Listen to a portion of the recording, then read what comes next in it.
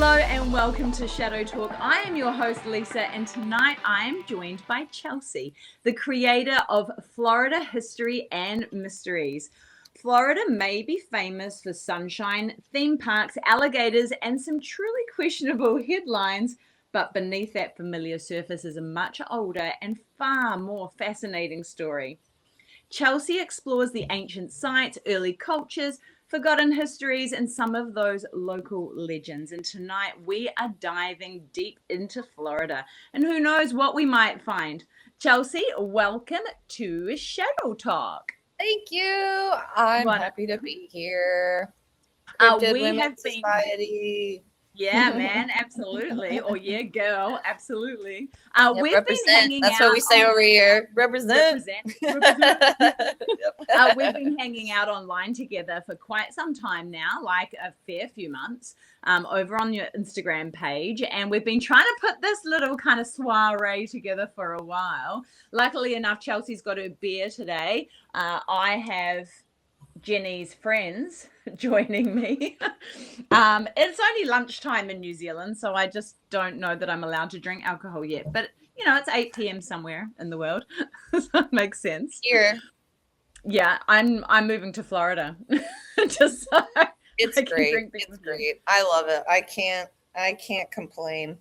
I tell you what, we've got a fair few members that live down in Florida and a lot of contacts within the kind of conspiracy space and the cryptid space that live in the Florida region. It's obviously quite a popular spot for, I don't know, like swamp apes and other bits and pieces like that. So yep. Chelsey, tell us what the heck got you into this space in the first place? Because man, there's always a good story behind it.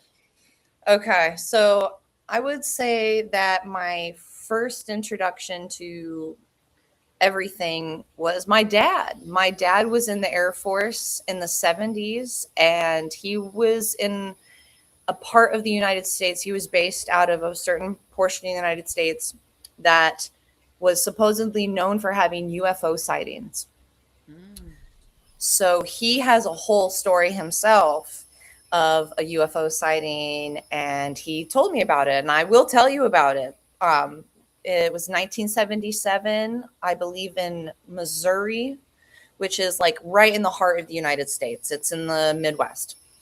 And this is all like legal now because of Congress. They released something in 2016 that allowed the vets who signed these non-disclosures, because they were part of these UFO events that they had to sign, like the FBI version of whatever military branch they were in would come and debrief them, tell them you cannot talk about this, blah, blah, blah, blah, or we will arrest you, blah, blah, blah. And they make them sign that non-disclosure agreement. Well, in 2016, Congress passed a law that released all of the military from not being able to talk about UFOs or UPAs, I think that's what they're calling them now, or something. UAPs, yeah. UFO, 100%. Right. So what had happened was I can't remember what had happened first, but he didn't necessarily see Sasquatch. But what his story was like I said, this is in Kansas, not Florida. But this is how I got into this whole, because of my dad's story. Technically, my mind has always been open to these things because of this story. So when I was, I remember hearing about it when I was a kid, but in my early 20s, he told me the full story. And he said his best friend was doing an airway check. And this was a big Air Force base that had huge planes come in, so you think of like the biggest military planes. So these runways are ginormous. They're really long and they're really wide. And they have to do runway checks every night to make sure that there's no, like animals or something broke off, anything. They have to make sure it's clear in case somebody lands in the middle of the night. It's very important. So he had to go do a runway check, went all the way down, and he's in one of those uncovered military vehicles where it's just kind of like, you hop in and there's like a little bed in the back and it's open, just kind of like a Jeep in a way, but a convertible kind of, those old military vehicles. Well, he's in one of those and he gets down to the end and he turns around, and when he turns around, he sees a big shadow on the side of the runway, and he turns the spotlight on the top of his truck and shines it. And he said it's this, and I think my dad said he's about 40, 50 meters from this creature that he's seen. And at first he thinks it's a bear because it's the size of a bear. It's huge and it's dark and furry and covered in hair. And it's walking. And then once it gets to about halfway across the runway, it stands up on its hind legs and stands up like a man and looks at my dad's best friend. Yes. And my dad's getting all firsthand story from him later that night at a bar because he said it was the craziest night of his life. He said it was his best friend. And he said he was white as a ghost. He said, I have never seen him like that. But he told my dad that the thing smelled and the whole military base went on shutdown. They went on huge lockdown. All the military guys had to get their big M16s. And my dad said they did a complete military grid of the entire base to try and entrap this because he called it in on his radio from the runway. And when he calls it in, I mean, everybody goes crazy because he's calling out, whatever security code, and then everybody's answering and they think that they've got it cornered. But once they get to it, it's not there. It's gone. And my dad said, this is an insanely tight military base and there ain't nothing coming in or out. We had this thing surrounded from all sides. We had it, he said, cornered in a ditch. And he said it was just military style. Everybody surrounding it. And they're all like going through this really tall grass, thinking that they're going to come across this creature that their fellow soldier saw. Nothing. What? Yes, but that's not even, so there's more to it. So the OSI, which is what my dad said, which is the Air Force version of the FBI, comes and grabs my dad, happens to come grab my dad for assistance. My dad's a military police at this base, and it's a high security base. So that's what he does, high security military.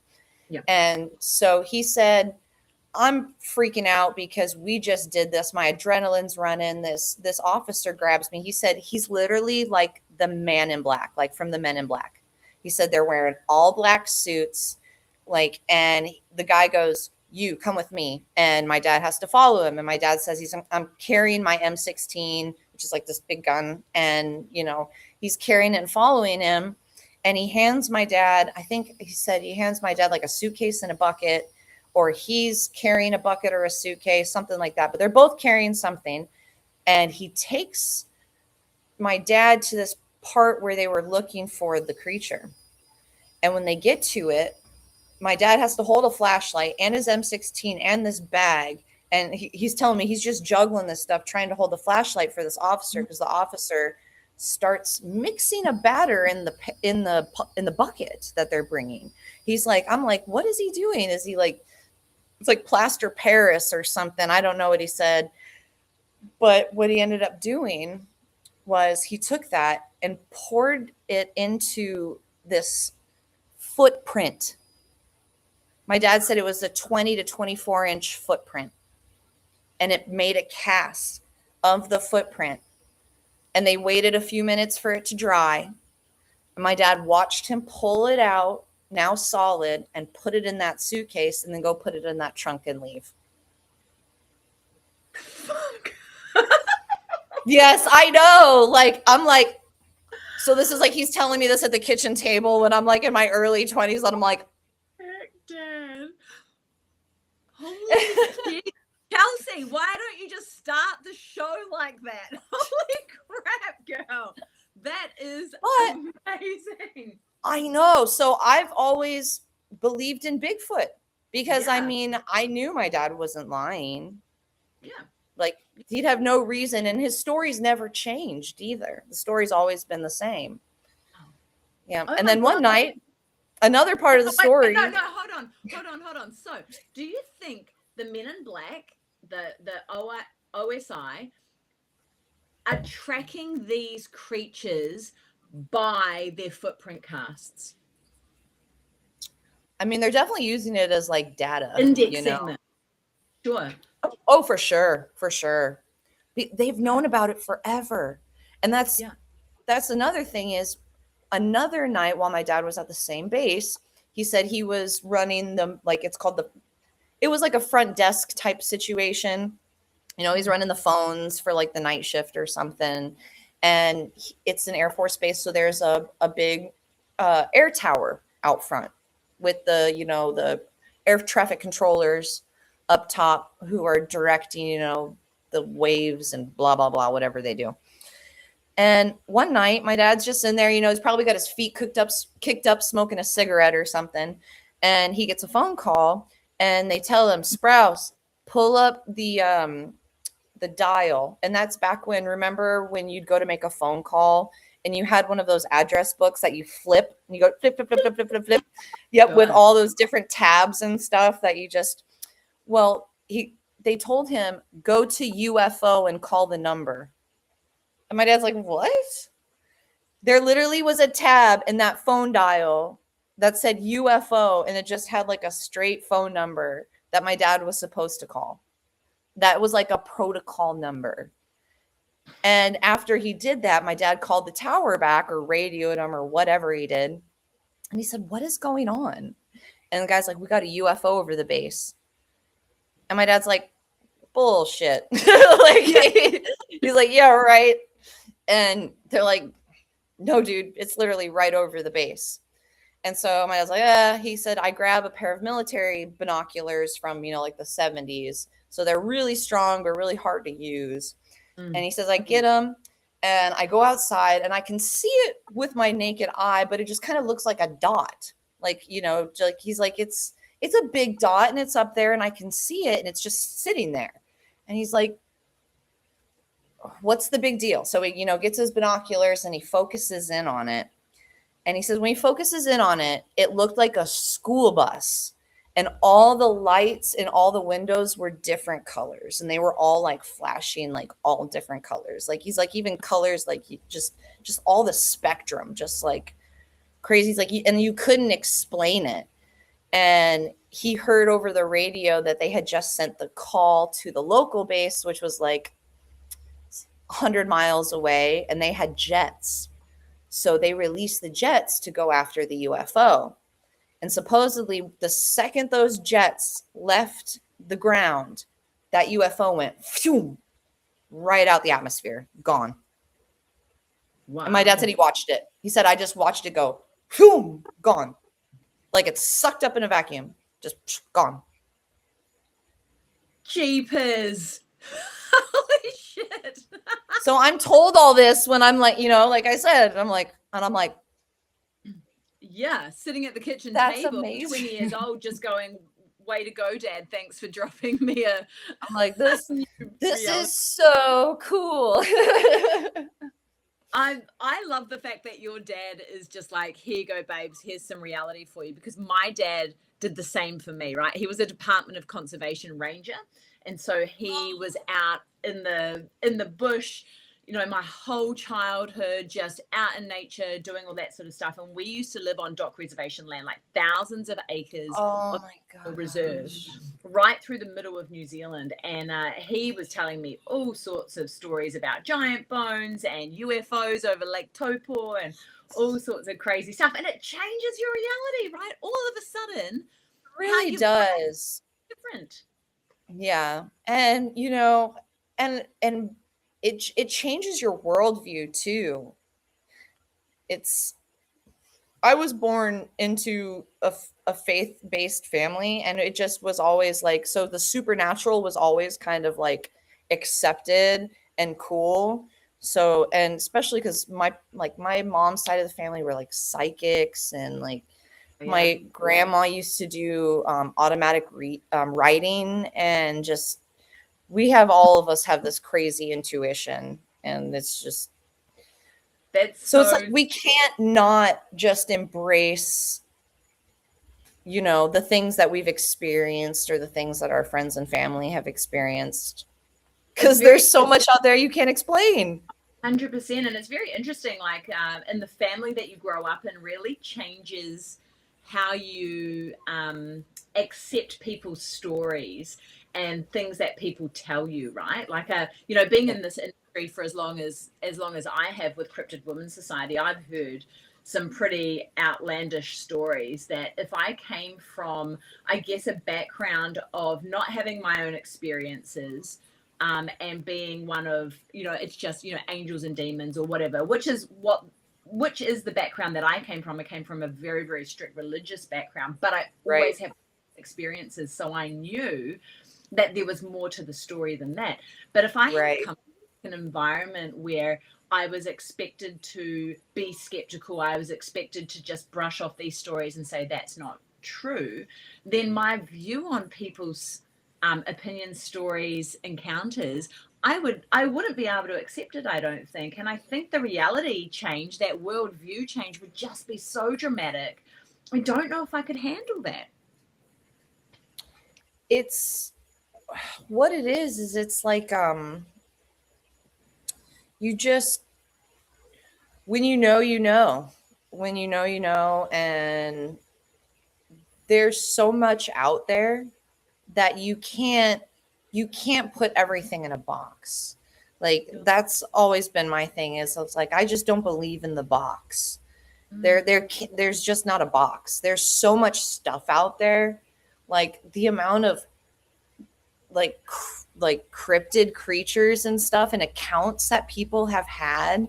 It's like, people aren't lying. People aren't, how can people have the same story from across the world and they've never met each other, they've never seen the same content, but their experience is so similar? Like, with the Hat Man, I'm sure you've like heard stories about the Hat Man and stuff, how similar that is for all the people who've seen the Hat Man. And you can't like shut those people out. You're just like, you experience something out of this world, supernatural, that's out of like the natural law of things. And it's so interesting. Humans, we desperately try and box things, right? We go, yeah, you have to fit into this category, and if you don't fit into this category that I've created, then I don't know what to do with you. And then how do I deal with you? And and that's a control thing too for a lot of whatevers. A lot of people kind of, I guess, that sit on the fringes around Cryptid Women's Society, and a lot of our friends and family members and people that we've communicated with, or people that will comment on things and just be like, are you sure? What do you think of this? And that sort of stuff. And they're trying to really navigate their worldview on, maybe they haven't had their own experience. Do you have any advice for people that are kind of going through that and trying to figure that out, and not trying to put things in boxes necessarily? Yeah. It's like, the universe is so freaking big, right? And it's constantly expanding, right? So I kind of think that has to be our point of view too, is that we have to let ourselves continuously open our mind and accept things that we might not understand, or accept that we can't understand it. Because that's a lot of it, is I think people are just constantly trying to wrap their mind around everything, because to understand it is to control it within their mind. And if you can just accept that you're not going to understand some things, and that you're not going to understand certain people's experiences or whatever, you just have to, you have to accept that you're just not going to understand. And if you don't understand, then open yourself up for ways to learn to understand, or ways to open yourself up to these things, to where you're not a closed off person. Just like being willing to listen to people's stories, I think opens people's minds, eyes, hearts, whatever. Just listen, because people aren't lying. Like if people are talking about something really vulnerable in a lot of these supernatural settings, that takes a lot of courage for some people. I mean, I've been talking about this stuff all my life, so I'm like, whatever, I love talking about it, I'm nerd now. But for some people, it's really hard and vulnerable for them, because they weren't around people that were accepting of something that was out of the box. So I think the best thing to do is to just remember that, you know, God, the universe, whatever you want to call it, is larger than life. It's the universe. It's continuously expanding. And that is something no one ever will understand. So we just have to accept that, I guess, you know. I guess that would be my advice. I just went blah, blah, blah, blah. No, that's fantastic, because a lot of people just start listening to podcasts like ours, right? They'll come onto Cryptid Women's Society and be like, okay, tell me something, and try and gauge whether or not this is bullshit or you know, some sort of credible information. And it is for you to decide whether or not there's validity in it, right? How does this make you feel, and is this something that you want to hold on to? Because there's so many rabbit holes that you can go down. There's so many conspiracy theories that become real, that, you know, end up being truth. There's so many different theories out there, and thousands of podcasts and people doing interviews and talking about topics that most of them you've never heard of, especially if you're new to the industry, new to the kind of space. And so I think that advice is really good, and it's a really good grounding to kind of start our conversation from as well, and go, okay, cool, yeah, these are crazy stories, but in fact, like, if you start looking into it a little bit more, you can then start kind of unraveling that, and I guess finding what resonates with you and where you sit as far as your reality and your worldview goes. Right. And also to, like I said, open yourself up to other people's experiences and just be like, oh, wow, that's, you know, you don't have to take somebody's experience. You don't have to take everything from their experience that you hear. You can take what sinks into you, and then you just move on from it and you grow from it, whatever, you know how it goes. Yeah. And That's how I feel about it. I'm always like, who am I to say that you are lying? Who am I to say that your truth isn't truth? Who am I to say that you're wrong? Because we experience things totally different, and it doesn't matter if it's in the supernatural realm or if it's just living everyday experiences. Whatever I see out of my eyes, you see it's totally different, right? We don't even see this color profile. And so if I'm looking which at blows my mind. Face, yeah, oh god, yeah. that's a totally different kind of crazy subject on it, right? Exactly. And it's mental. So then if we kind of go, reality, my reality is totally different to how you're perceiving your reality. It feeds into the matrix, you know, theory and all of this other sort of simulation stuff. So then am I seeing that apparition different than what you're seeing it? Or is it the same? And so when you get a photo of an apparition, or you get a video of a cryptid or whatever, you know, a UFO, do I see that differently than you? And yeah, we do. We see them totally different. Like, we've got encounters of UFOs and things like that where I've seen this amazing, very clear UFO in front of me, and you didn't see it. And you were standing right next to me. Right. And things like that happen. That's why it's like, that's why trying to kind of figure out where it comes from, you know, we'll get into that. Let me get back into the path of I was on. So my dad initially told me all that. And like I said, we've always been into ghosts. I have older sisters. And when I was 14, I spent the night in a famous house with my sister, her best friend, and my cousin, where 8 people were murdered. It was like some crazy country house in another Midwest state where there's just corn everywhere, which, let me tell you, that's why they made a movie called Children of the Corn, because corn at nighttime, like those endless rows that are just dark, they are so freaky. That's so freaky. Like, as kids, we'd be like, oh, that's so, like, just looking down like that long dark aisle of corn, and you're just like, oh, I don't like it. It freaks you out. Already just thinking it really is freaky.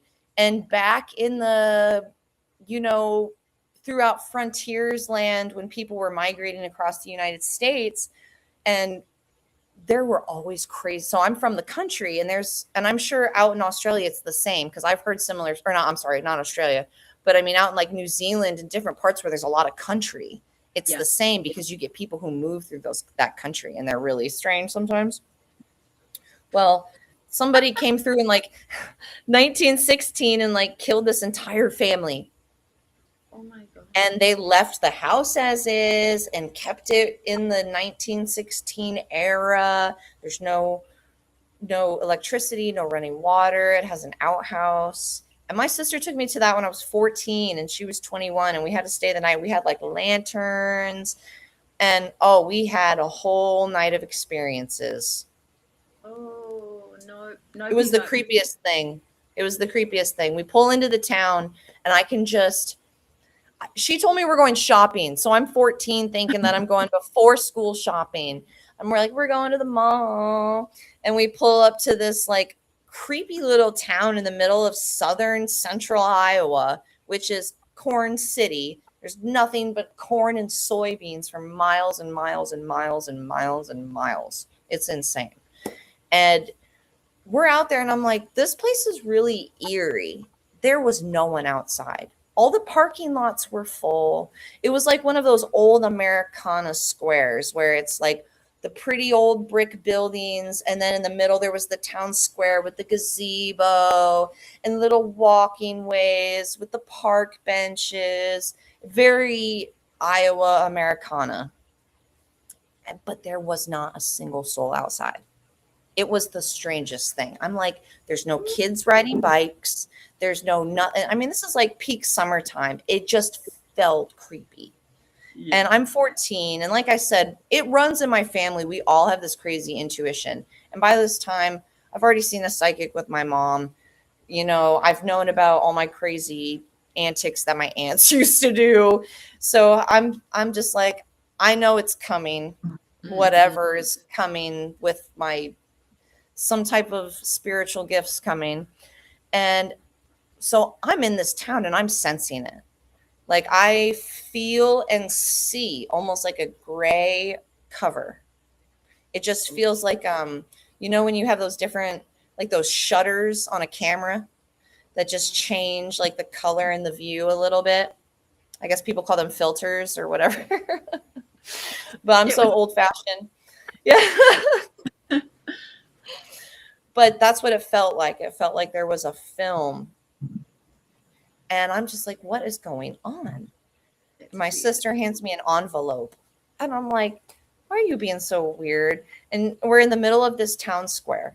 So like I said, there's these gazebos and beautiful big maple trees. It's summer in Iowa. It's, 80 degrees. The wind's blowing. The trees are just filled with beautiful, just everything's green. And it's a beautiful summer day. And I'm like, what's going on? I open and I read it, and it says, "Welcome to Villisca, Iowa, home of the famous, infamous axe murders." And I'm like, okay. And that's all it said. And I close up the envelope. She was an English major. So and I was in like drama class and stuff and theater. So we both were very dramatic. And she went extra dramatic with this. She hands me another envelope with my name on it. Pull it out. And she goes, "We're staying here tonight. We have reservations to stay in the house." Nope. Why? Why? Nope. I wanted to go to the mall. I'm 14. I need new shoes. This is it. Not a ghostly. I want to go shopping. I got to get some cute clothes for when I meet boys. Gosh. Damn you, sister. Damn you. Oh my God, that's so funny. We go, and she's like, "Follow me. We're going to go to the headquarters." So this guy named Darwin, he's dead now, but at the time, this was summer of 2003. He owned the house, and he owned a museum in town. And this is an old, quiet town, and so it's got old Midwest antiques. I mean, there were those old tea T Model T cars. Oh, Like sure. his basement was filled with cars from like the Oh, cool. 20s and the 30s. And he was like, "Oh, welcome." And he gave us a brochure and he said, "Oh, I'm gonna, I have a film, they came and made, like a film documentary type style thing about the family. And we're gonna, so I'm gonna take you to go show you the film and whatnot. And then after the film, I'll take you to the house. I'll give you a tour of the house. I'll take you to the cemetery where the family's buried and show you the headstones and blah, blah, blah." He was just a nice old farm guy. Like he was like 80 years old, typical Iowa farm man wearing a plaid shirt with overalls, those buckle overalls, those like denim overalls. Oh, he sounds That's lovely. like, his name was Darwin, such a wonderful, sweet gentleman. And he, like I said, he ran the museum and he owned the house and all that kind of stuff. Well, he took us to this room in the basement and it was like a closet and it was dark and there were like 6 old like diner chairs. There's like 3 there and 3 there. And he's like, "This is where you watch the film." In the closet. And he's like, "Enjoy," and then shuts the door. Oh my God. And me and my cousin and my sister and her best friend, who I grew up with too, so we all knew each other well. They're all 21 and I'm 14. And we're all in this dark closet, sitting in these chairs, waiting for this film to start. And it is the creepiest shit I've ever seen. It's a documentary telling the story about what happened to this family. It's all in like black and white. It's creepy as shit. You're seeing the picture of all these people, and they're those like really old, creepy pictures and stuff. And it was done. He like opens the door and the light shines in, and we're like, "Ah!" Oh my God. And we're like, "Oh my God, what the?" Or at least I'm like that. And my sister's like this. I love it. Yeah. So I'm like, "Okay." And we end up, going to the house and checking it out. And I'm like, "Oh no." The second we step on the property, it literally, have you ever seen the movie Amityville Horror? Yeah, of course. Those window eyes that go around the chimney? The window eyes? The house had that. No. When I saw that, I was like, "Nope. I've seen Amityville Horror way too many times." So as soon as you stepped onto that property, did you get like some sort of paranormal kind of clairvoyant feeling as well? Like obviously like you can see things and that gives you that kind of connection, but did you get that? Yeah, I didn't visually see anything other than, like I said, it was like a almost like a mental film. It's so hard to explain, but everything felt gray. It was really weird. Like a static, like a screen. When you're looking outside and then you look through a screen outside, it's not fully that picture. It's got something that's kind of partially clouding the picture. That's what it was like. And it was so eerie. But the house, I felt terror in that house. Oh. I did not want to be there. I did not want to stay there. I was so uncomfortable. Like I felt so uncomfortable the whole time.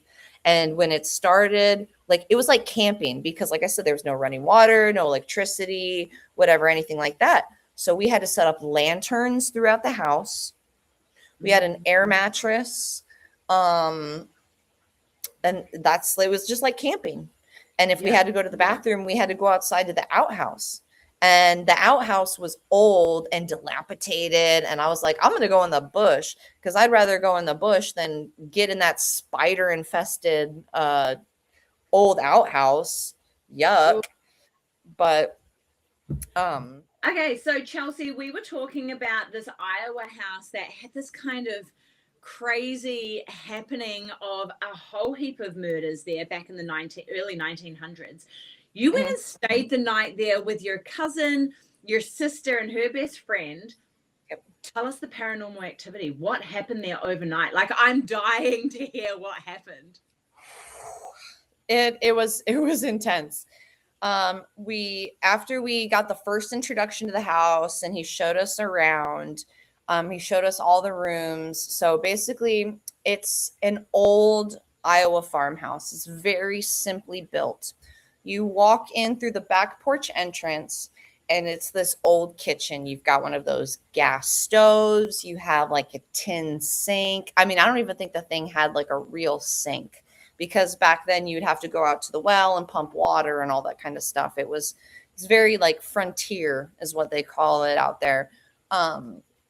And it was just eerie. Walking into the house was scary. Like I felt, because after watching that documentary, we learned about what happened. What ultimately had happened was either a local who really hated the man who lived in the house, the father, the head of the house.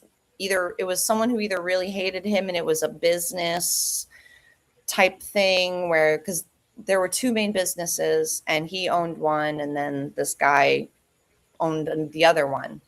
And so they think, oh, maybe they were butting heads about their businesses and he wanted to get rid of competition. Or it was a drifter who came in and snuck in, and there was an attic upstairs where they believe whoever murdered this family hid in the attic. So the murder happened on a Sunday night going into a Monday morning. The little girls, so what it was 6 children and 2 adults who were murdered. A mother and father, their 4 children, and 2 neighbor girls who were friends with the other children and stayed the night. What happened, like I said, it was a Sunday. The family came and they believe whoever it was hid in the attic. They went to sleep the next morning, and the next morning when all the neighbors were waking up, remember this is a farm town. So every morning wakes up early because you always have every early morning chores. You got to feed your animals. You got to do your thing. So, your livestock has to be fed. Everybody has some sort of livestock and everybody's got to be fed. So the fact that no one came out of that house at 7, 8 o'clock in the morning was really worrisome. So the neighbor went and got the local sheriff. The sheriff came and knocked on the door. Nothing happened. All of their heads were chopped off. All of them. And the thing is it freaked me out so much because I grew up watching horror movies and I had seen Amityville Horror. Yeah. And it was creepy like that because they were all in their respective beds, in their respective sleeping positions. Yes. That's spooky. Yes. And when learning about that and then going into that house, so you walk in, it's an old kitchen, and there's, it goes to the right, and there is a doorway to the living room. There's a doorway that goes up the stairs, and it's this creepy old little hallway, tight little staircase that goes upstairs to where the parents and the 4 children were. And then there's like a little pantry. And then, of course, every Iowa farmhouse has a cellar. I said, nah, we're not going to go down there. That I have no interest in the cellar. Please keep that door shut. Please. Just hide. I've seen too many horror movies. Keep that damn door shut. So we walk in the house and, like I said, he gave us the tour and he told us the story as we go in. So we go in the pantry and then he takes us upstairs and you can see the parents' bed. You walk up this tight little tiny stairway and it's this little country room. It's all open. There's like a dresser on the side with a mirror and then like an old double bed with like a metal frame or a metal wood frame. And the bed had the old like quilts and handmade blankets for back in the time. The whole place was kept as if they had never left. It was the creepiest thing, which this happened in like 1912 or 1916. I can't remember the exact year, but it was around then. So all these old toys and antiques and little kerosene lanterns and just, it was the epitome of creepy. It was the epitome of creepy. and the bed was made. This is a detail that's very important. The bed was made. Like, I remember looking at it, and it was made. The corners of the blanket were tucked up nice and tight over the pillows or next to the pillows. I remember visually seeing that the bed was made tight. And then you walk up, and there's the bed, and then there's a little walkway that goes into the next room, which is just one other room, and that's where the 4 kids slept. And then right there between the room is a little creaky half door. It's not a full door, it's a half door. They do that a lot in farmhouses, and it's kind of like a storage area. But when it's on the same floor as the second floor, it's like an attic, and it's a little half door that you like have like a wooden toggle, and you open it up, and it looks like an attic when you go in there. Everything's kind of like half unfinished. You can see all of the boards. There's no like siding or anything that's done. It's all open. And he said, this is where the killer hid. And I remember just going, like, that crazy feeling you get when you're watching a horror movie and your whole body is like, I don't know.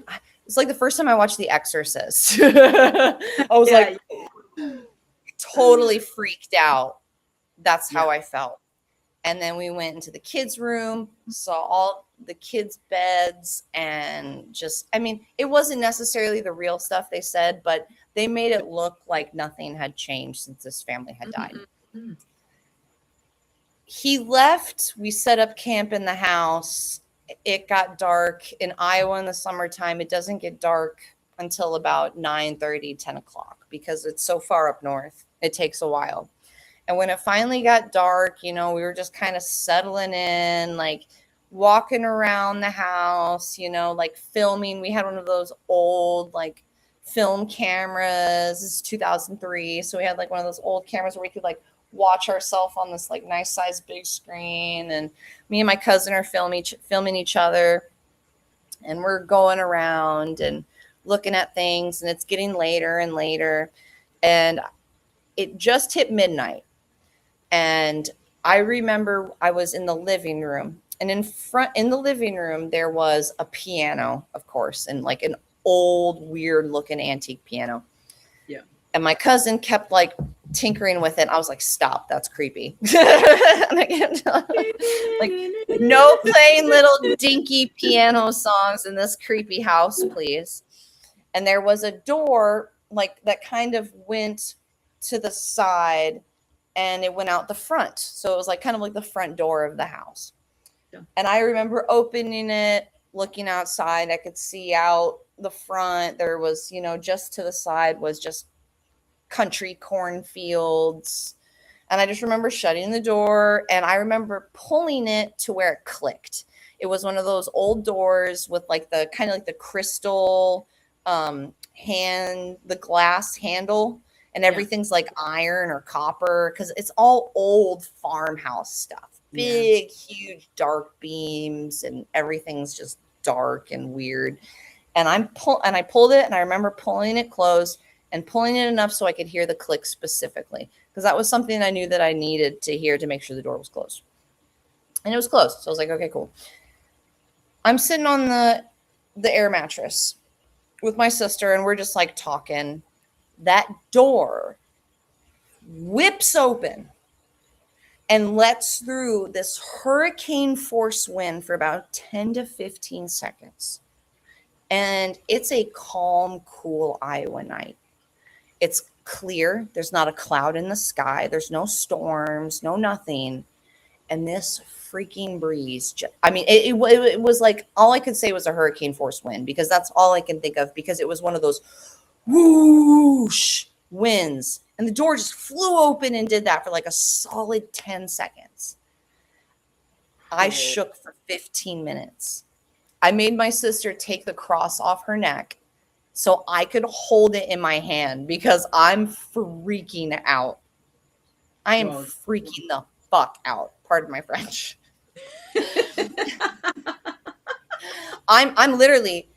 I'm 14 and she's 21, and she has to hold me for 15 minutes because I'm shaking.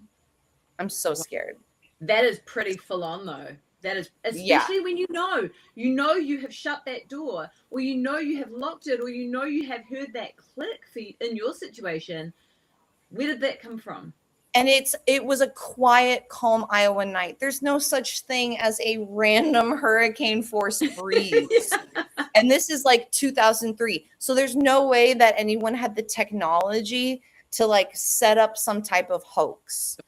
Like Darwin, the farm guy who owned that, man, that would be something crazy. He would have to be working for NASA back then and no one knew it to like Yeah. pull something off like that. But it was terrifying. It was terrifying. And right off the living room was the sewing room, but it was also a guest room. And that's where the two little neighbor girls stayed. And that's where they were murdered. There was a bed in there and that's where they were in that. And they got murdered in there. And I just felt so heavy in that house. And I just, the whole time I was there, I wanted to leave. I wanted to leave so bad. Me and my cousin were downstairs in the living room after the breeze thing had happened. And I told my cousin, I said, okay, we got to get out of here. We got to convince my sister and her friend that, I think we've had enough fun. Let's just go. Let's get out of here. Let's go home, yada, yada. And they're upstairs, just looking at things. And they come back down. And when they come back down, I hear my sister like gasp. And I'm like, what? Because I'm already like, we're already on edge. Massively, and yeah. She's like, oh my God, one of the toys have moved. And I'm like, what are you talking about? There was an old fashioned bowling set. And there were pins and a bowling ball in the kids' room. And it was on like this desk.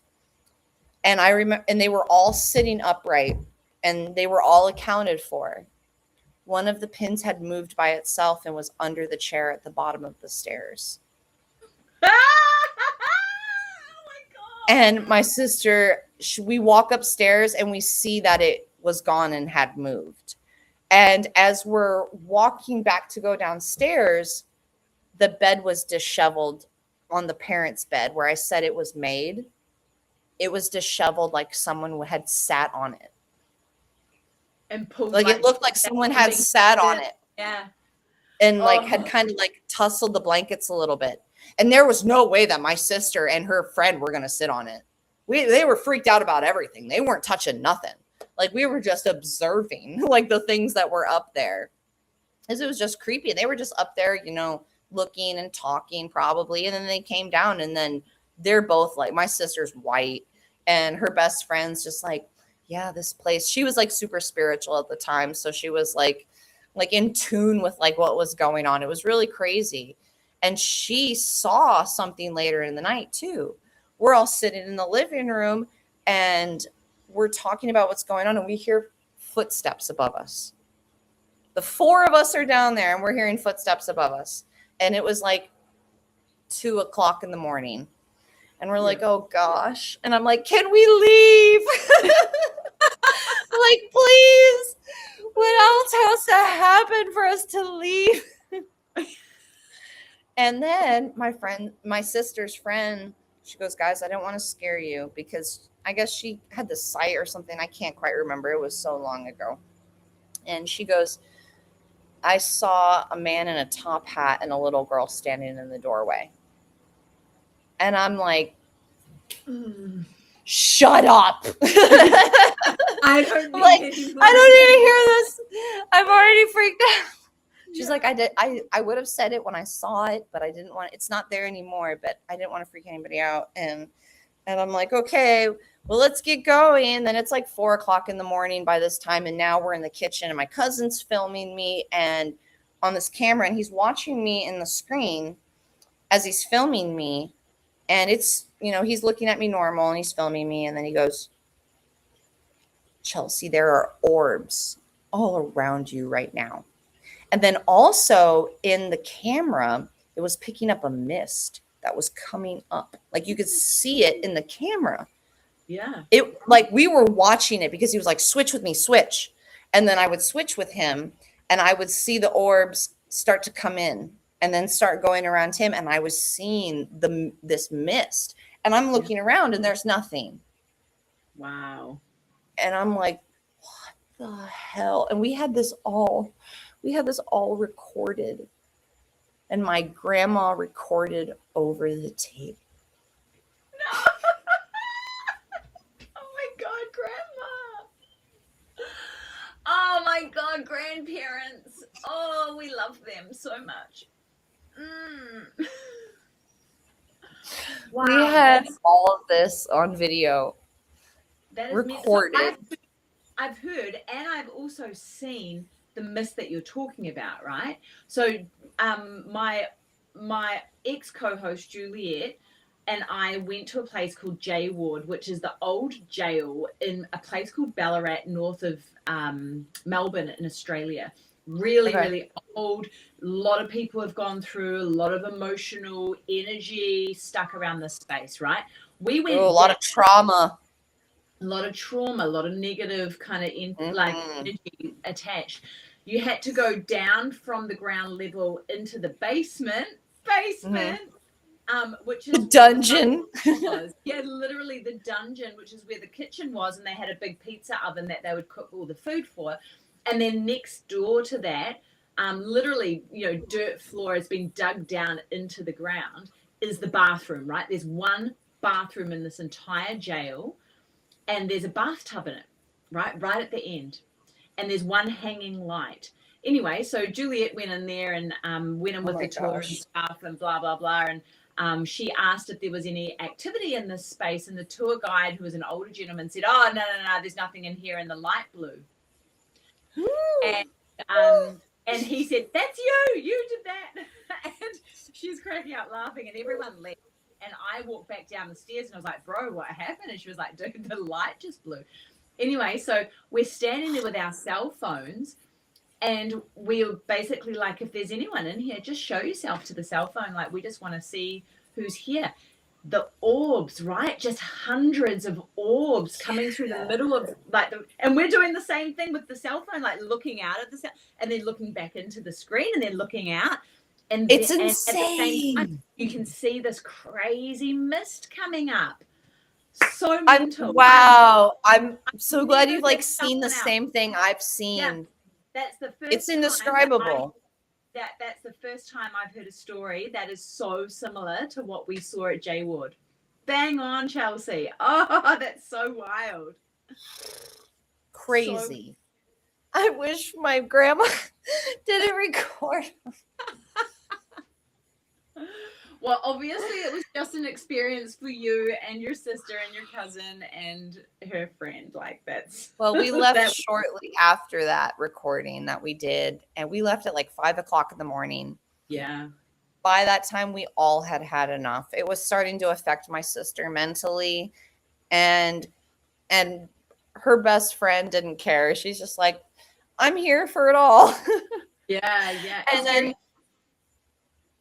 it's very what? It's very interesting how people are affected differently in paranormal. Exactly. Yep. And that's how me and my cousin were kind of on the same page. We were like, okay, yeah, we're digging it, but too much stuff's happening now. We know when enough is enough. So we're like, let's cut this. Let's call it a day.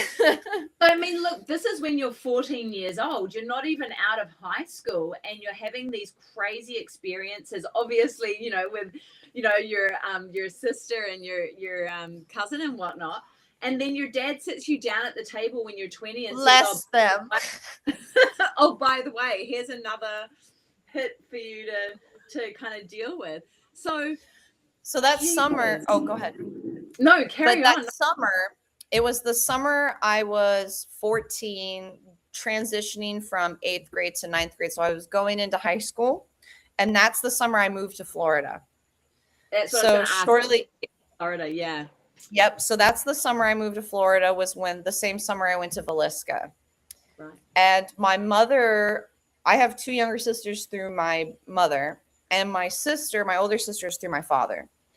So that's how we're related, and we have separate moms.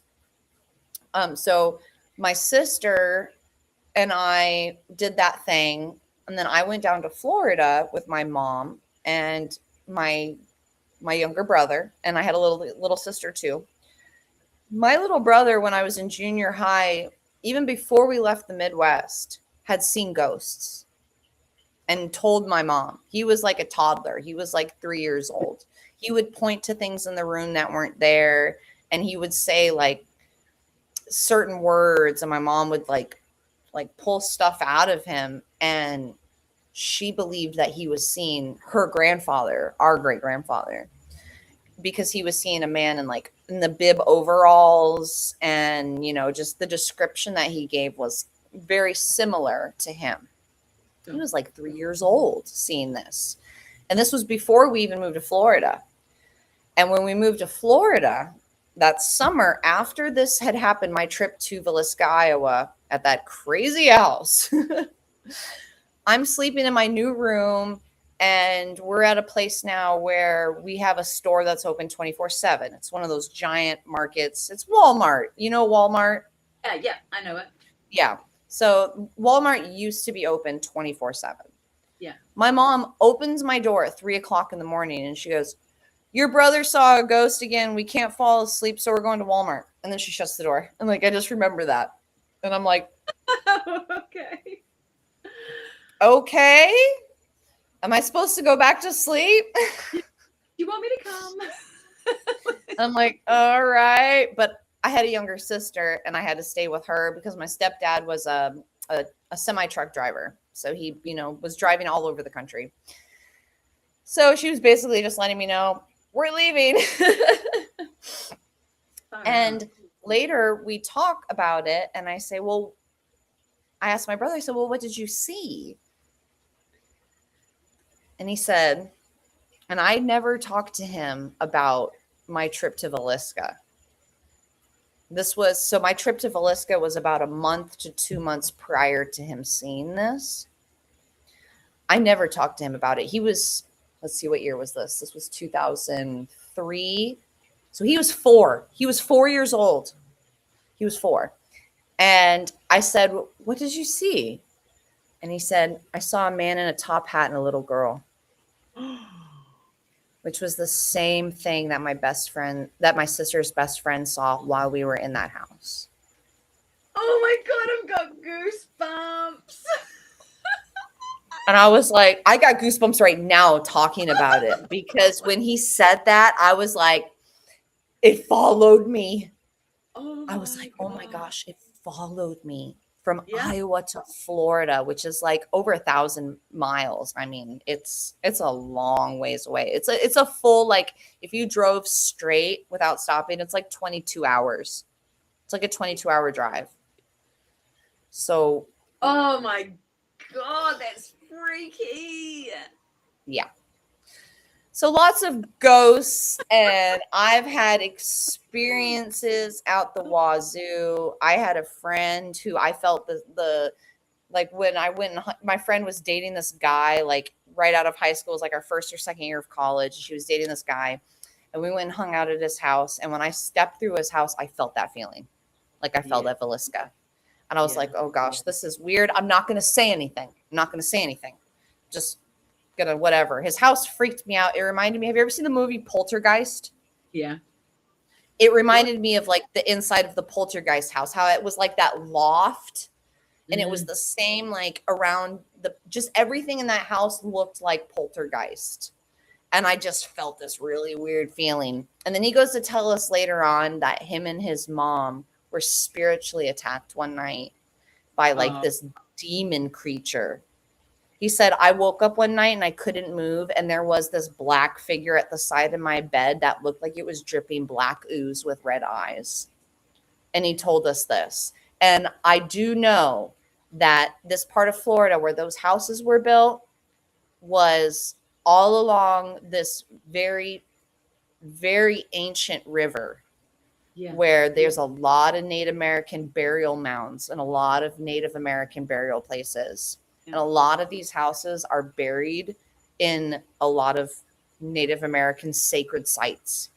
Yeah. And they just build straight on top, right? That's what they build. They either dig half of it up and like add stuff to it to make it more dry so they can build on top of it, or they, remove it all.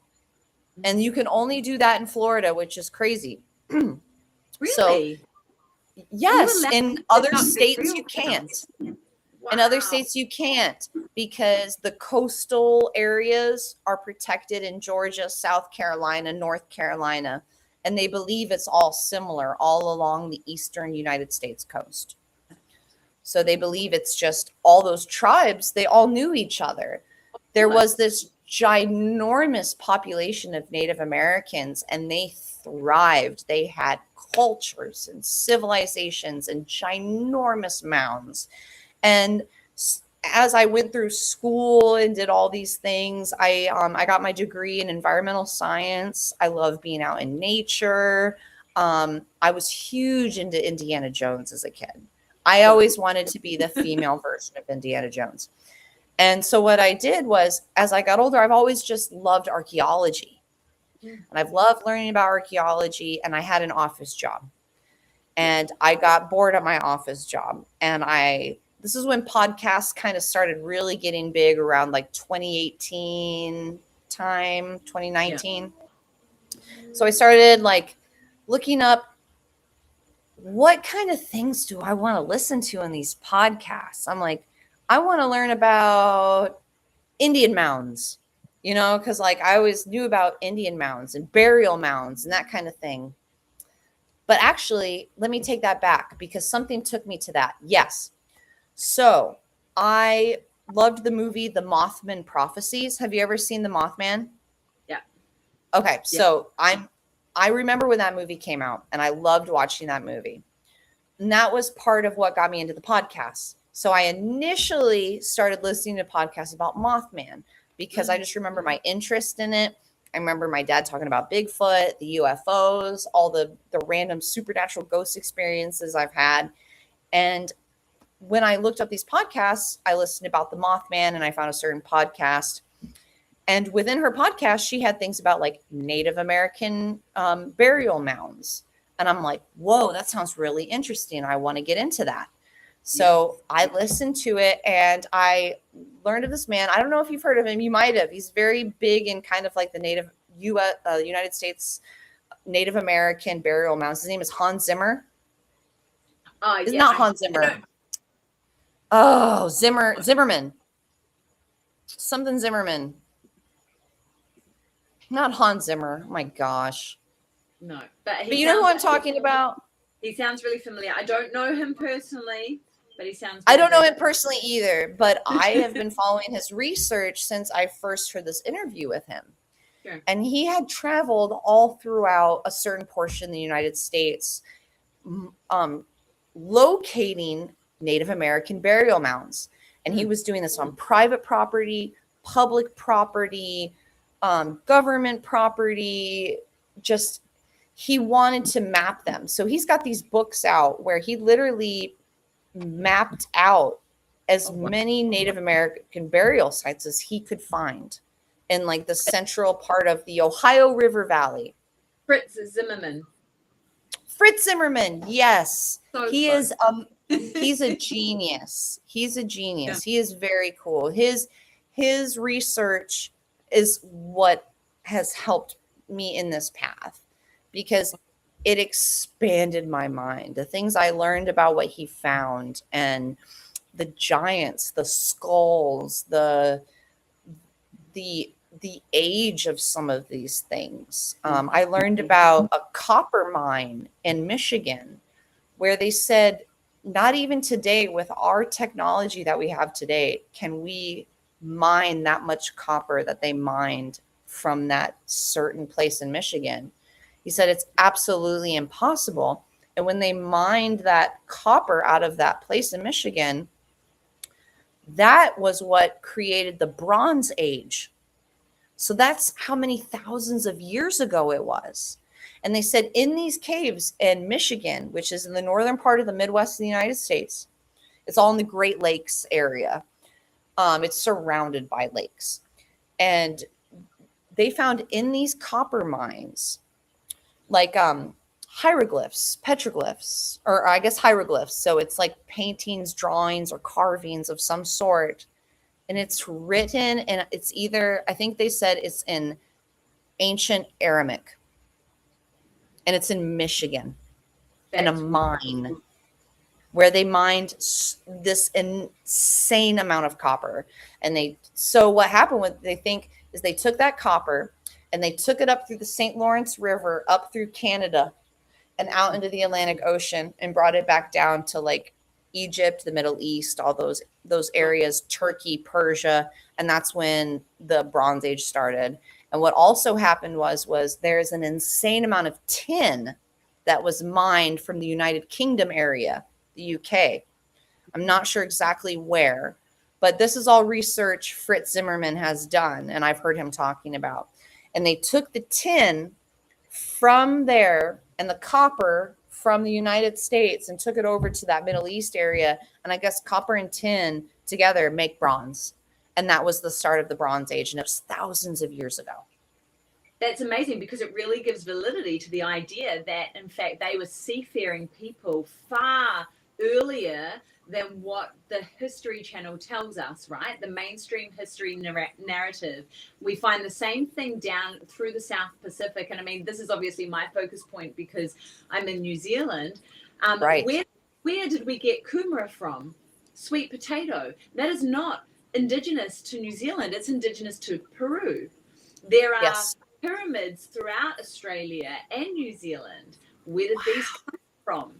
Like, there's so many things that don't fit the narrative that we are being fed. And the same thing with exactly what you're talking about in regards to these civilizations weren't seafaring, they weren't great navigators, they didn't have the vessels to be able to do this. There was no trade routes. Bull crap.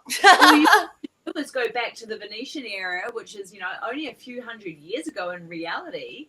And all of these civilizations are seafaring. Where did that come from? It didn't just show up. They've been doing it for years prior. It didn't just show up one day. I mean, when necessarily is the years of the Bronze Age? Can you see me if I switch tabs? No, I'll have a look for you, Okay. But yeah, if you look at the Bronze Age, like what years are that? Because so Bronze Age literally lasted from around about 3,500 BC to 12,000 BC. So before the zero. So like 5,000 years ago, there were people that somebody mined an insane amount. And like I said, like what Fritz Zimmerman said, we don't have the technology today to mine the amount of copper that they mined. Yeah. Like it's an insane amount. And that's where the giants come into play. And that's where, yes! Giants! There are theories in Australia, and if you look at the landscape in Australia, it very clearly looks like it has been mined many, many hundreds, thousands of years ago to a level of extremity, right? Absolute extremity. And then you find like axes and these giant tools that are not human hand tools. They are giant tools around these sort of locations. And a normal human wouldn't be able to use that axe unless that human was like 9 feet tall. 13, yeah, absolutely. Or his arms are like, or like he looks like a gorilla, like. Even then, we don't have the biological skeletal strength to be able to wield something like that, lift it, move it, shift it, whatever. Our trunk, I'm a personal trainer by trade, so I look at like the physiology and the biology of the body, and I'm like, there's no way. As we see today, could do that. You have to have some sort of human skeleton or whatever that is twice the size. You're talking 12 foot, something up around that area that can wield something as heavy as that. There's a certain ratio that has to happen. 100%. And if that ratio isn't there, then it just can't happen. Yeah, it's not It's going to feasible. be impossible. Absolutely. Wow. Yeah. I'm so glad that you brought that in, because I was like, she's going to go to Giants. She's going to go to Giants. Oh, I'm a believer. I'm a believer. I am a Look, there's believer in so much Giants evidence. 100%. There's been so many news articles and so many accounts on my page. I have a few friends. I have a friend that runs I think it's Ancient Giants of America. I think his name's Travis. Do you know Travis? Travis. Yeah. Yes. Yeah. He's great. I've never met him or really talked to him too much, but we've had some correspondences, and his information and the resources that he gets and gets to share with the public is super cool. And I grew up in areas with news articles like that. You can just go to the library and they've got those old, like those old crank news articles where you just like swipe it and then you just can go through like every news article from like 1900, just whatever, as it was released. You can see the prints. And I think he just does that, and he just goes through and finds stuff. And that's one thing that we love at CWS, is to teach people how to research properly, because with the use of phones and internet and that sort of stuff, and I don't know if you guys get this over in the States a lot, but in New Zealand and Australia, we get whitewashed a lot on our internet. So basically you'll be searching a page, it was there yesterday and now it's gone. And so unless you're screenshotting, or unless you're saving stuff or printing stuff off, it gets whitewashed and it disappears. And we have a lot of censorship down here as far as what you can look at and what you can't look at. And so it's almost like we have to go back. And I was literally having this conversation with someone the other day at a market in regards to how technology and AI and all of these things are changing what we see as real, right? Like you look at a cryptid picture, you look at UFOs, anything can be doctored these days to a point where you cannot tell if it's real or fake. And so you end up having to go back into the old magazines, the old books, the micro sheets, and the microfilm that they have in libraries, all of the old newspapers, and learn how to read books again and how to research. And that is something I think was a dying art for a long time, but I truly believe that's really going to come back, especially for people like us that kind of want to delve into it a little bit deeper and don't just want to take the crap on top, right? The shallow. Exactly. No, I like to encourage people to check out like natural archaeological sites and stuff like that, because a lot of times the state or, the region, wherever you're at, they've got these archaeological sites and they are a type of resource, and you can always go deeper than what they go if you have the means or how to do it. But I love checking out these archaeological sites, and then I build off of them. So like I said, I watched all this, I listened to all these podcasts. I did a lot of listening about Fritz Zimmerman with his research, and I just really got into the Native American burial mound world. I became obsessed. I wanted to know where all the mounds were. I wanted to know burial places. It inundated me with just exploration. Like I said, I wished I was Indiana Jones as a child. So going through this and like looking for skulls, checking, it's a treasure hunt. And that's how I feel about this stuff it feels like such a really cool treasure hunt, but it's history and it's real. And I just love it. But my first post that I did on my page, I said, I really love this stuff.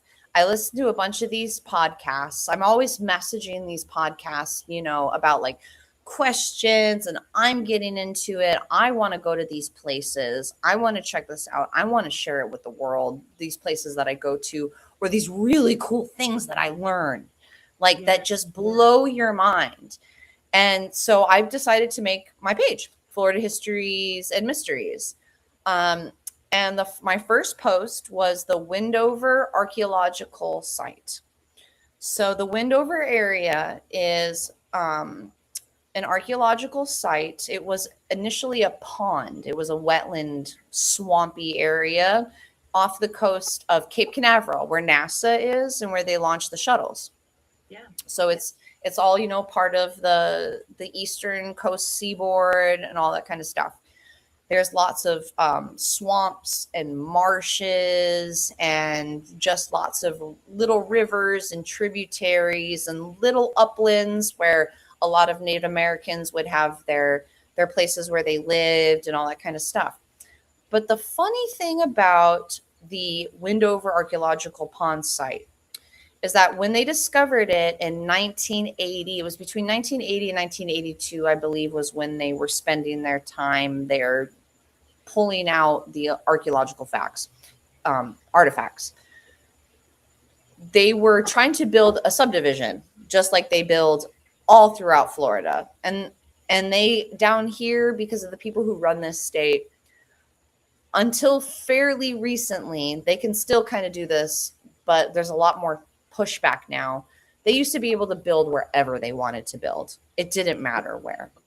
Yeah. Whether it was like a really endangered wetland with like endangered species, all that kind of stuff. It didn't matter. People could just build everywhere. Mm. Well, they happened to start building in this area and they came across bones and they stopped. And they're like, oh my gosh, okay, we got to get the archaeologists out here because this was the early 1980s and all of these laws had come into effect within the United States, probably within the past like 15 years prior to that, only like 15 years. Because around then there was a big movement for like preservation and conservation and all that kind of stuff. So people were like, well, we need to preserve our history. We need to preserve our lands, all that kind of stuff. So there's a big push for the laws. So they had to completely stop construction and they brought out professional archaeologists to the site.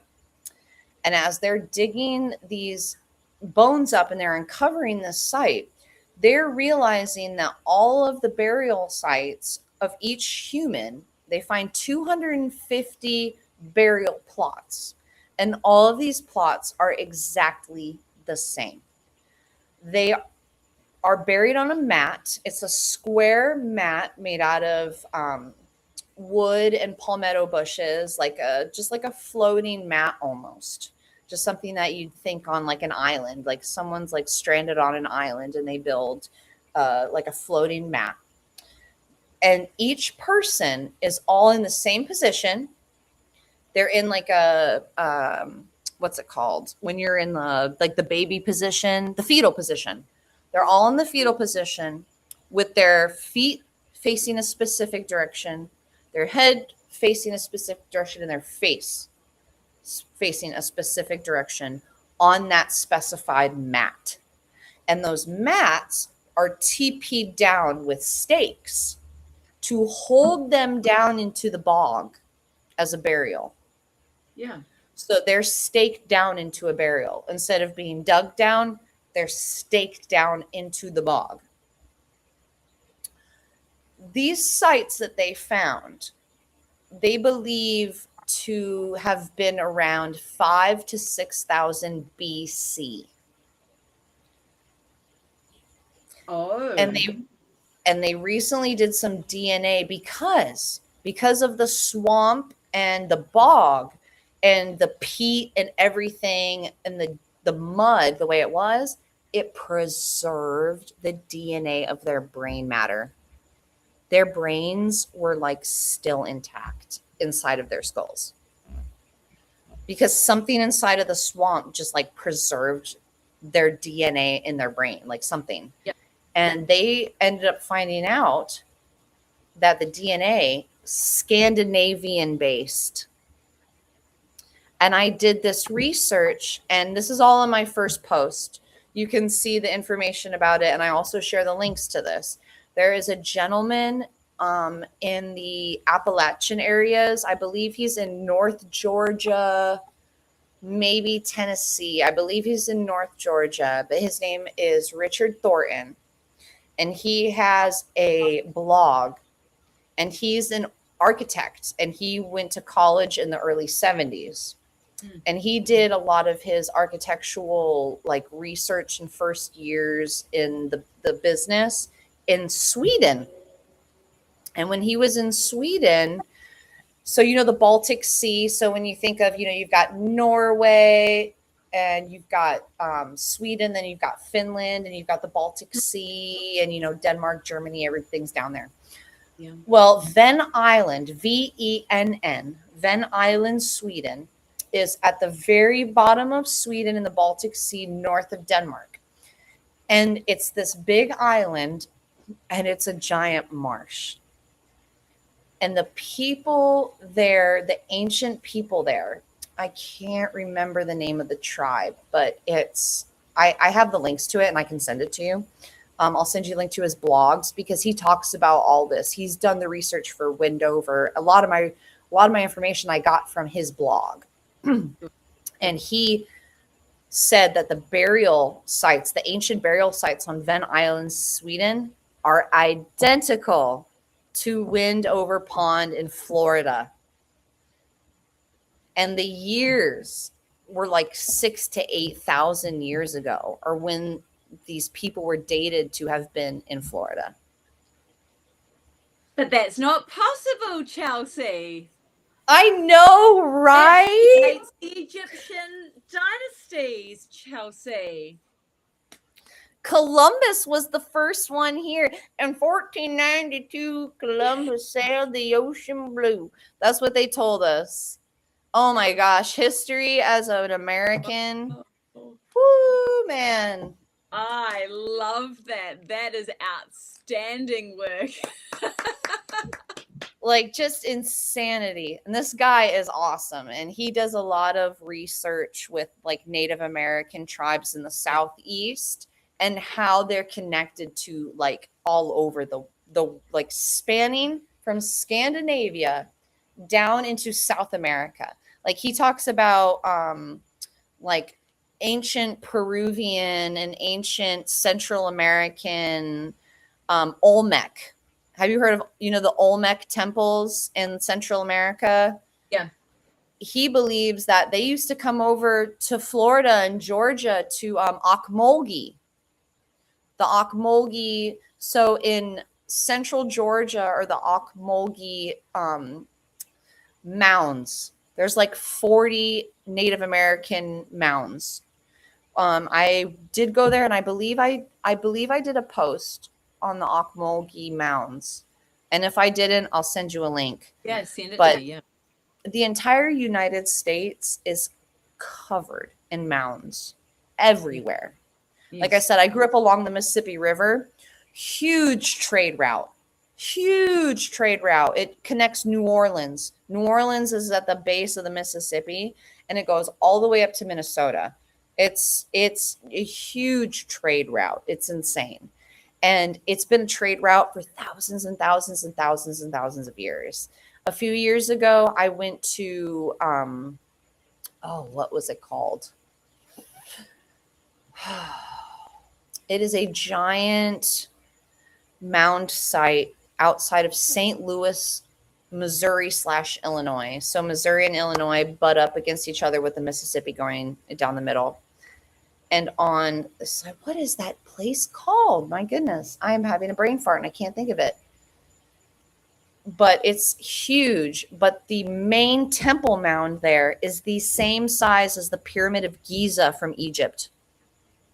I've been there. Wow. You can climb to the top of it. It's got these ginormous stairs to get to the top. Like the base of it. The base of it measures the same measurement as the Pyramid of Giza.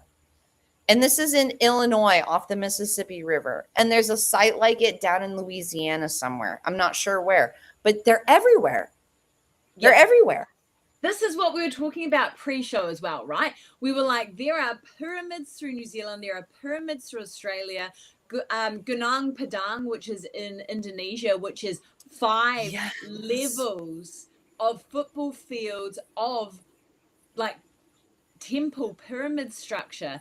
It's just insane, and they are global. And so when you kind of start connecting the dots, there's too many you draw the red threads on the board, on the FBI board. There's so many threads that are not difficult to come together, right? It's not like you're pulling at straws or you're trying desperately to connect them.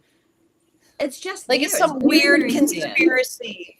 It's some weird conspiracy. It's like, how can you explain these marvels all over the world?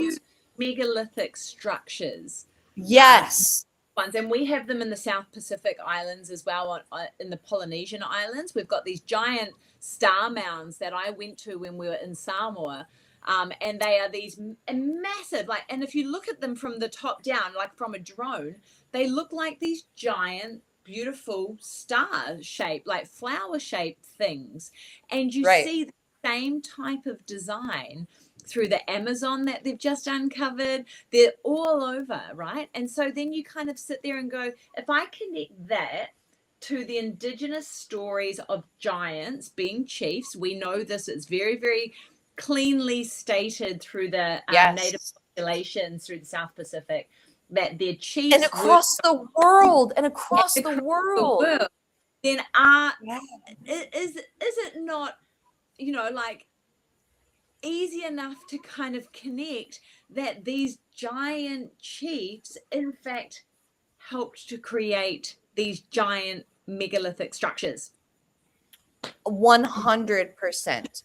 100%. Why do we need to go to aliens coming down to do the stuff when we are literally sitting here going, whatever you want to call them, Nephilim or Anunnaki or whatever. Doesn't matter where they come from. They are human giants that... Well, they're in the Dead Sea Scrolls. They're in the Dead Sea Scrolls in the Book of Enoch. I love all that stuff. I'm very deep into like the ancient writings because it's there. It talks about it. It's insane. And you get different ancient scrolls and ancient readings from different parts of the world that are all saying the same thing. Sure. And in one way or another, they're pretty much saying the same thing.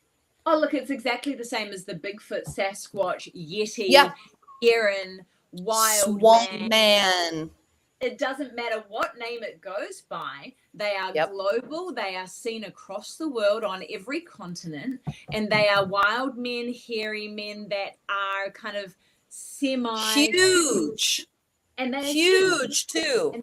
Huge. They always say that they're like, their presence when they're seen is out of this world. Sure. Like, out of all the accounts I've heard about Bigfoot, all the things I've listened to and everything, people are always like, oh, I want to see Bigfoot. I want to see Bigfoot. And everybody's like, you want to see Bigfoot until you actually see Bigfoot. Because I can cuss? Oh, of course you can cuss. Okay. Because it's going to fucking terrify you. It's going to scare the shit out of you and create a new paradigm. Like, so it's like dog man. And this is the thing, right? These things are talked about across civilizations, across years, across seas and oceans, and yet we are still going, no, that's not a real thing. No, I'm skeptical. Like, yes. Civilization, or like the majority of people are just still, well, I think they're scared. They're scared because it's not something they can wrap their mind around. And if they can't wrap their mind around it, then they don't want to know, because it means it's unknown, it's out of their control, which it would just be too much. And it is very scary when you start going into some of these, especially like these like negative entities, like the black dripping, and that is terrifying.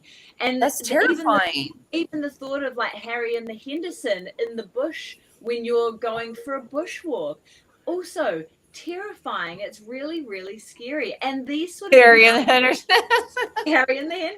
right? And these sort of encounters, they change when you have an encounter. Like you say, it can be a really wonderful encounter. I've seen a lot of UFOs. I've had some really great experiences with seeing my nan, and that can happen. But there's some really, really traumatizing events that happen to people especially with cryptids, that stop you from doing your normal thing. We have heard stories from hunters that are avid hunters that have been in the bush for years. They've grown up in it, and they refuse to go and step foot back into that wilderness. They just stop doing the one thing that they have always done.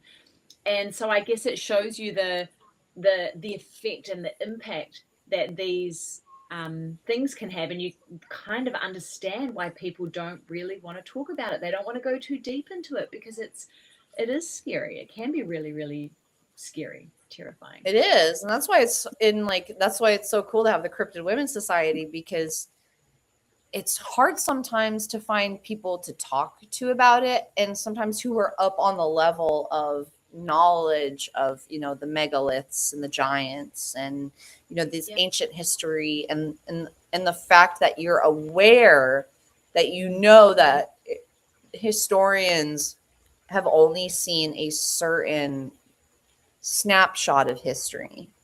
Yeah. There's so many, what's the word? I can't think of the word, but there are so many there's so many pictures. We all see history, and even though we are seeing the same thing, we're seeing vantage points. We all have different vantage points of history, and all vantage points of history need to be seen and need to be heard, because if you're just taught one snapshot, that's putting you in that box. Yeah. And you're like, but wait, like here in the United States, we grew up learning about the presidents and our forefathers, and just all this kind of shit. And most of these men were evil. Yes. They were evil. Like, people talk about Abraham Lincoln and how he was the greatest president in the United States, whatever we've ever had. Abraham Lincoln ordered the murder of thousands of Native Americans. And they did it all for the railroad, because during the Industrial Revolution, when the steam engine came, the United States, in the prairie sections, the northern sections of the United States, had insane amounts of buffalo. Yeah. They stopped the trains. That's why they slaughtered the buffalo. The buffalo were in such ginormous herds in the Dakotas, which are like very northern states in the Midwest, like butted up against Canada. Yeah. I did research on this in my college as part of one of my projects. The buffalo herds were so huge, they would shake the earth and create an earthquake, to where the dust that would come up off the ground would influence the atmosphere and the weather. And when the buffalo were gone, it changed. Wow. And in my research and in my belief, that's what created the famous Dust Bowl in the United States, which also, there was multiple reasons for the Dust Bowl, but I believe that was part of it, because what happened was that section of the United States didn't get rain for a really long time, an abnormal amount of time, because all of a sudden the buffalo were gone in a short amount of time. And in that short amount of time, all these people moved out there and plowed all of that land for farming. So they kicked up all the plants. So there was no plants to hold the dirt down. That's it, and there was this ginormous absence of rain, this ginormous, literally, just openness of dirt and dust from the plowing of the millions and millions of acres. And then there was a drought. And then because it was hot and there was no rain, it caused those dust tornadoes, those dust waves. And we had the famous United States Dust Bowl in the Midwest, in the Great Plains. Wow. Perfect theory. Totally agree with you on that. We see the similar sort of stuff in New Zealand, where we've having these massive landslides, right? We're a volcanic island. Yes. We're a volcanic island. We do not have mudslides. That is not something that happens in New Zealand. Yeah, sure. Land drops. We do not have mudslides. Like, like it just doesn't happen. But it does happen when people go in and remove all of the trees and the foliage that have roots in the ground that are holding the ground. Holding all the dirt together. Yeah. And this is now what's happening. And we've got these huge mudslides coming down on people's homes, killing people, destroying land, all sorts of stuff. And they're still questioning why, though. I know they don't understand it. Simple. In Florida, we've got beaches everywhere, and half the beaches are turned into condos. So we lose those beaches every time a storm comes because there's nothing there to hold the sand in place. We don't. And then you have the nice areas that have, the dunes and the marshes and all those places that have foliage and naturalness, and they hold the land together. Yeah. And then people say, well, why is my condo going to get washed away? And it's like, well, because your condo took the place of a bunch of trees that held like literally the land in place. And now you're just literally just kind of like on an anthill. Yeah, it's just insane. And they do that over in Australia as well. So in Australia, they have huge wildfires. Like, I've lived in Australia in my earlier years, and they have crazy wildfires come through, and then they have crazy flooding. They're very, very extreme in Australia. Yep. Same as America, but really crazy kind of differences between the different areas. And so all of these are, I guess, modern builds and people and things, they're building where these wildfires come through. And the native people, the Aboriginal people, are standing there going, don't build there. That's why we don't live there, because it's a fire tunnel. And so then all these houses are just getting wiped away and absolutely destroyed. Yep. And the same thing that happens in New Zealand with building on the old riverbeds, like we silly Europeans like to try and shift the river around from its natural direction and its natural just for what we want. Just have to shift it to the left a little bit, because it's just if we can do it, whatever. And get a dozer. The Indigenous people are like, well, that's the riverbed. It's been there for ancient times, millennia, and you're trying to shift the river, and then we have this massive deluge, and it wipes all your houses out, and now you're crying. And you wonder why. Yeah, it just does my head in. And that's why I love talking about giants. I love talking about natural history, especially with somebody that understands it as well, exactly like what you say, because you just never quite know what you're going to learn. Oh my God, I have learned so much just in this one conversation. I've got a couple of questions, and I know I'm keeping you up very late. No, it's fine. I'm sure your munchkins are just running your house right now and causing chaos behind you. Oh, and I wanted to talk about Coral Castle. That was a big thing. Oh, yeah. So one of my questions was like, what is one of those places that you just go, oh my God, this needs to be talked about? Is it Coral Castle?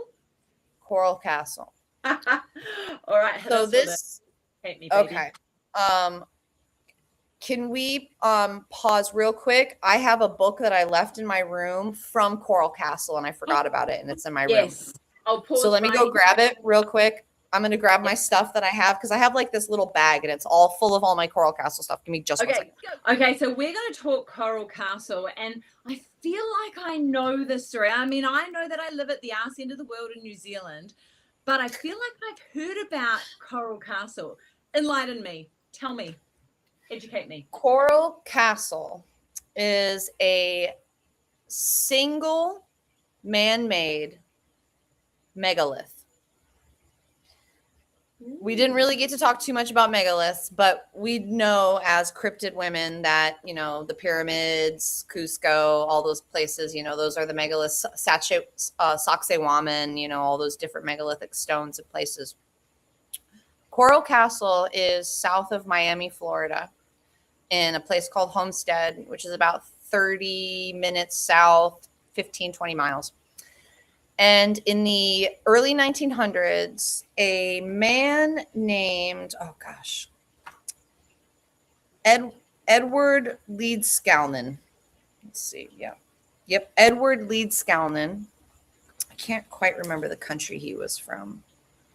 But he came over from Europe, and he was a 120-pound man, like 5 feet 4 inches. Sorry, I'm got the imperial. Wait, so he's tiny. He's like, so yeah, I am 5 smaller feet than me. Yeah, and 150 pounds. Did you say 150 pounds? 120. Sorry, 120 pounds. Dinky little like guy. 60 or 70 kilos. So yeah, right. Not much. Okay. He's a little man. So he traveled. He left Europe when he was in, I think, his mid-20s. He had a fiance who was 16 that he was supposed to marry. It was the love of his life. Like, he just was 100% invested in her. She broke his heart the day of their wedding, and she took off for another man, right? He said, screw it, I'm going to America. You know, like most Europeans do when they get pissed off, the girl that dumps them. I'm going to America. Yeah, leave it to bitch. But so he comes to America. He goes out west. Like, he works in lumber yards in like Alaska and like in the North Pacific, where like all those huge ginormous sequoia trees are. And he just spends time out there working. And I think something happened, and something happened with his lungs, and he needed to come to Florida and live in the heat. He couldn't live in the cold, moist anywhere or something like that. But it's hot and moist down here, so I don't know. That's not much better. But so he's down here, and he decides that he wants to build like a castle style place for his one true love that never wanted him. So he is a mason. He grew up a mason, and he learned how to, you know, manipulate rock and bedrock. And he claims in his writings, which you can get all at Coral Castle. This place is amazing. Like, it's all real. Like, you can go touch all this stuff. It's, I couldn't get over it. It was a bucket list spot for me. It's here. He is, that little guy outside of his. No, he's not living anymore. He died in like the tiny little man, 30s or 40s. But if you go on my page, I've got some like some research, some pictures from when I went, and then I also have some pictures from like in the past, and I have an old film from the 1940s of him. Actually, like, he planned it, but no one knew how he built this. So we have what's called coral oolite in Florida, and what it is just ancient coral beds. Ancient coral beds that are down in the south part of Florida near the swamps. Up in the northern parts of Florida, we have like limestone. We have like these really cool limestone caves. You can go cave diving, and they've got tunnels underground that you can just swim and snorkel or scuba dive. It's crazy weird.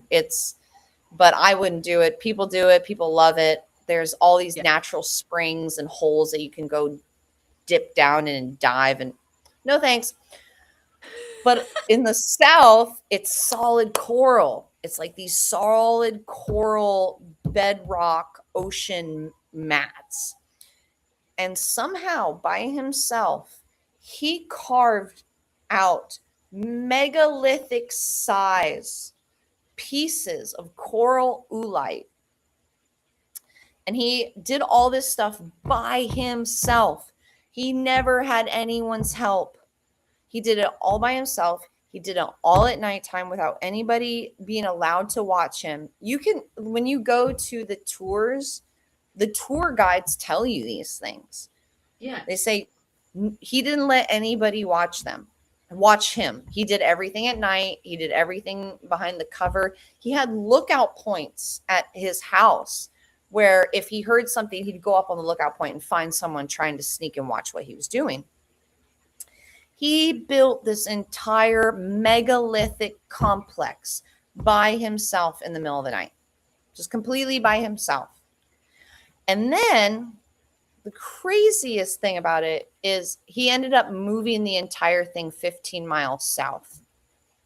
And yeah. And he did it all by himself on a flatbed trailer.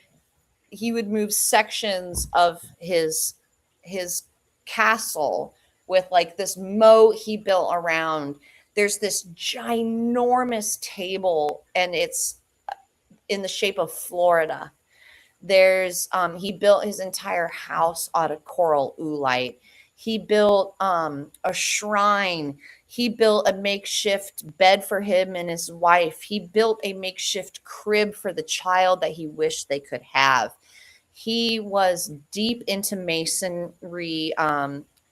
He was a practicing mason, so he was into like they say, Enochian magic. He said he told someone, it's historically been written that he told someone he learned the ancient magic of the Egyptians. And that's how he was able to build Coral Castle, because he learned how they did it. And he has written books, and you can get all of his research at Coral Castle when you go there. And he has written, like, here, where's this book at? Like, he writes about magnetic current, and he writes about how he studied electricity and magnetism. And what they believe is that he figured out a way to use electricity and magnetism to make things levitate. Yeah, reverse magnetism. He would use the earth somehow as a magnet. And he somehow made some other type of magnet. And there's pictures of it. It's this black box. The black box? You'll see it, because in the pictures of him, you'll see this wooden triangle. And it looks so flimsy. And this is what he used to move these giant megalithic pieces of coral oolite. I mean, these things are huge and they're heavy. They're not as solid as the bricks of the Pyramid of Egypt. But these are ancient coral built on top of ancient coral. So it's hard calcification, just hard, compacted just shells, coral, very hard, very strong. And he carved that stuff out and moved it by himself. And the cool thing that I learned was that also when you go to Coral Castle, you get to check out his well. He dug a well in the middle of his property, and he hand dug stairs into the coral oolite down into the water.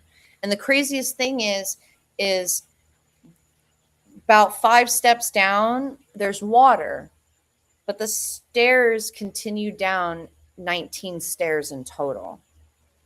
So how did he go down there and carve this spiral staircase out of coral rock and put it down there? And in 1993, there was a very huge hurricane that hit Miami. It was Hurricane Andrew. And Coral Castle was the only thing in the entire south portion of Florida that was left standing. So the National Guard went there, and that's where they set up camp to help with the rebuilding of South Florida. They went down the stairs and found his black box. It was down at the bottom of the 19 stairs, that black box that he used to move those stones, and they took it, and the government has it now. Wow. Nowhere to be seen. No one knows where it is. Mic drop, walk away. Right? Like, it's just, there's so many crazy cool things. Florida is insane. And in that part of Florida too, we'll have to talk another time. I don't know if you've heard about the Biscayne Bay Mall incident. It happened just over 2 years ago. That would be a good part two once I get more. It's cryptid. It's cryptid related. That's not the aliens that came through the portal in the yes. Oh yes. my god, I know all about that, but I don't know really about it because I'm in New Zealand. I mean, no one really does. But I remember when it happened, and I have tried to gather as much information about that as I can. And that archaeologist that I told you about who did the stuff with Wendover, who also did stuff in Sweden, he recently did an article about Miami and the ancient cultures that were down there. And I said, hey, did you know about the Miami Circle? There is a ancient henge, like Stonehenge, but it's in downtown Miami. It's called the Miami Circle. Oh my God, get out of it. It's an ancient henge, and it happened right across the river from where the Bayside Mall incident happened. And I told this guy, I messaged him and I was like, I think that there's a portal, and I think that henge is the portal, because I've heard random ass rumors before about there being like there people saying, oh, there's a portal down by Biscayne, and then I'm like, Miami Circle's down there, that ancient henge. Yeah. Oh my God, Chelsey, what a way to wrap up. I know, it's just all stuff that just keeps like, I'm like, I love this. I love it. When we first started that there's going to be a part 2, part 3, part 4. I knew this. I was like, we're on the same page, girl. I can't wait to tell you about Uncle Monday, because I just recently learned about Uncle Monday. And I'll do more research about Uncle Monday too before we talk. Oh my God. Okay, we will schedule part 2. And then you can just take me on down the Florida rabbit holes. And I know there's loads of people, like we talked about in the pre-show, there's loads of people that are connected to CWS that live kind of in and around Florida that are just going to be like, oh my God, I know that. Yes. They're like, I know about that spot. So mental. Oh my God, Chelsey, I'm going to have to go away and process this. Pardon me, all in my brain. That was a lot of information. An amazing dump by you. Thank you. I love getting to nerd out. Thank you. Oh, it was so awesome. Chelsey, tell everyone where they can find you. I'm on Instagram, Florida Histories and Mysteries. I will send you my info and my link, and on all my posts, I always post links to any resources that I get it from. Or I try to mention it where I got it from. You know, I believe give credit where credit's due. So any research I get, I always like to tell where I got it from. So there's awesome people to check out too that I'm also following, that I'm getting my information from. So Florida History and Mysteries, that's me. Oh my God, absolutely love it. Chelsey, thank you so much. Thank you so much. This has been a pleasure and so fun. So much fun. Like, can't wait to get more into it. We've got so much to delve into. Sounds really, really good. On our way out here, if you're only listening to this, shout out to our friends and our listeners over on the Cult of Conspiracy, where you'll be able to actually listen to this episode. But do you all know that you can actually go and watch this episode and be one of the very first to do so over on patreon.com/Cryptid Women's Society International, and all you have to do is join a membership tier. So we've got 2 tiers. Real quick, I'm going to run you on through these. So we've got the Curious Explorer tier, only $10 a month. That's all you have to do.